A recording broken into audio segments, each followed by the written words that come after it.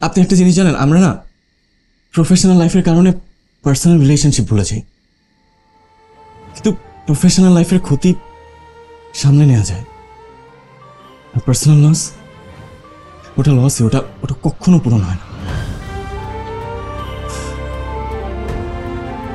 আর আমরা এই সিম্পল লাভ লসের হিসাবটাই না মিলাতে পারি।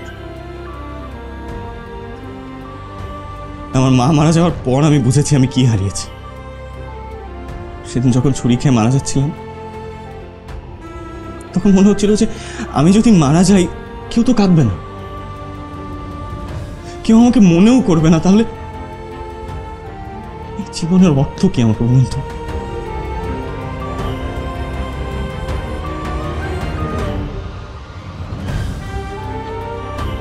এই মাসটা আমি আমার মার কবরের পাশে কাটাই।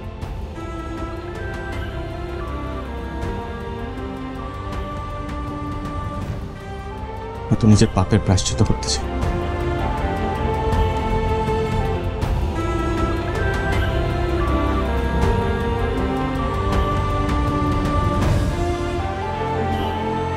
আপনি প্লিজ সত্যটা সবাইকে জানান।